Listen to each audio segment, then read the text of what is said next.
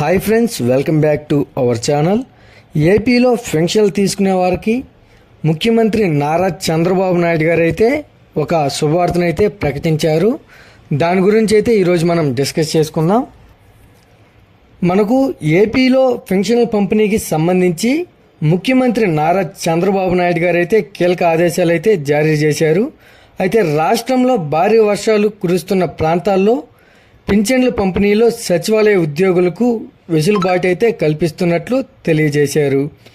అయితే ఒకవేళ ఆయా ప్రాంతాల్లో ఇబ్బందులుంటే వచ్చే 1-2 రోజుల్లో పంపిణీ పూర్తి చేయొచ్చని చెప్పారు.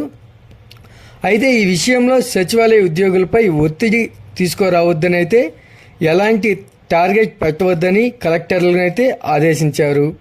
అయితే వర్షాలు లేని ప్రాంతాల్లో యథావిధిగా పెన్షన్ల పంపిణీ పూర్తి చేయాలని అయితే సూచించారు.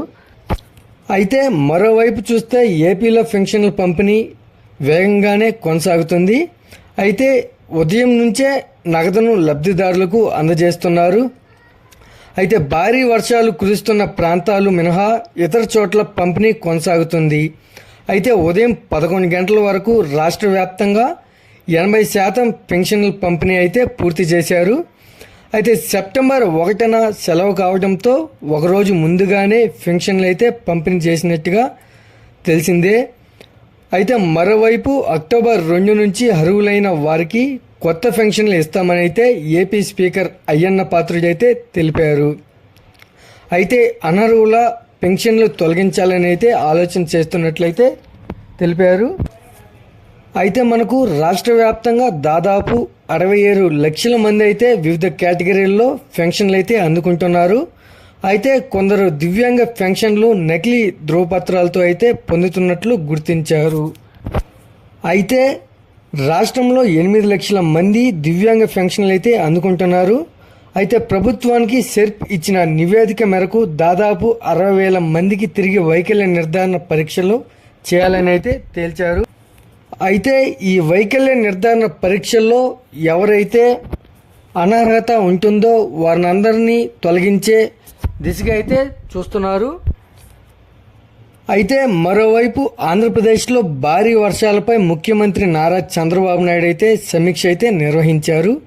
అయితే అధికారులు అప్రమత్తంగా ఉంటూ ప్రజలకు సూచనలు చేయాలన్నారు. అయితే అవసరమైన సహాయక చర్యలకు ప్రభుత్వం అధికారులు మరియు సిబ్బంది సిద్ధంగా ఉండాలని అయితే సూచించారు.